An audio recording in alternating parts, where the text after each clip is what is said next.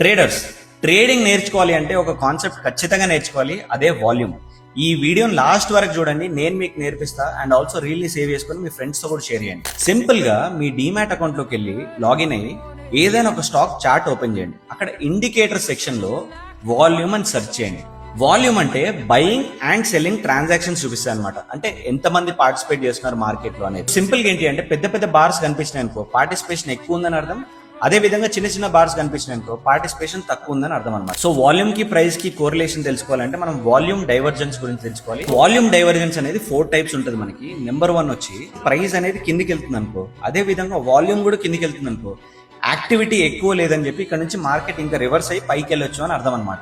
అదే విధంగా ప్రైస్ ఒకవేళ కిందికి వెళ్తూ వాల్యూమ్ పైకి వెళ్తుంది అనుకో, పార్టిసిపేషన్ ఎక్కువ ఉందని చెప్పి ఇంకా మార్కెట్ ఇక్కడ నుంచి పడవచ్చు అని అర్థం అనమాట. అదే విధంగా ప్రైస్ పైకి వెళ్తూ వాల్యూమ్ కిందికి వెళ్తుంది అనుకో, పార్టిసిపేషన్ ఎక్కువ లేదని చెప్పి ఇక్కడ ప్రైస్ ఇంకా పడవచ్చు అని అర్థం అనమాట. 4th వచ్చి ప్రైస్ ఒకవేళ పెరుగుతుంది అండ్ వాల్యూమ్ కూడా పెరుగుతుంది అనుకో, స్ట్రాంగ్ పార్టిసిపేషన్ ఉంది అండ్ ఇక్కడ నుంచి క్లియర్ గా అప్ ట్రెండ్ ఉంది అండ్ మార్కెట్ పెరగొచ్చు అని అర్థం అనమాట. సో ట్రేడింగ్ లో వాల్యూమ్ అనేది చాలా ఇంపార్టెంట్. దీన్ని యూజ్ చేస్తే మీకు ట్రేడింగ్ అనేది ఈజీ అయిపోతుంది. మీకు టెక్నికల్ అనాలిసిస్ పీడిఎఫ్ కావాలి అంటే ఫాలో అయ్యి ఈ రీల్ ని అట్లీస్ట్ ఒక ఇద్దరికి షేర్ చేసి పీడిఎఫ్ అని కామెంట్ చేయండి. నేను మీకు మీ DM లో పంపిస్తా. దాన్ని మంచిగా చదివి ప్రాపర్ గా అనాలిసిస్ చేసిన తర్వాత ట్రేడింగ్ చేయండి. అండ్ ఒకవేళ మీరు స్టాక్ మార్కెట్ లో ట్రేడింగ్ చేసినట్టయితే మీరు నా టెలిగ్రామ్ ఛానల్ జాయిన్ అవ్వచ్చు. లింక్ బయోలో ఉంది. ఓన్లీ ట్రేడర్స్ జాయిన్ అవ్వండి, ఎందుకంటే ట్రేడింగ్ అనేది చాలా రిస్క్.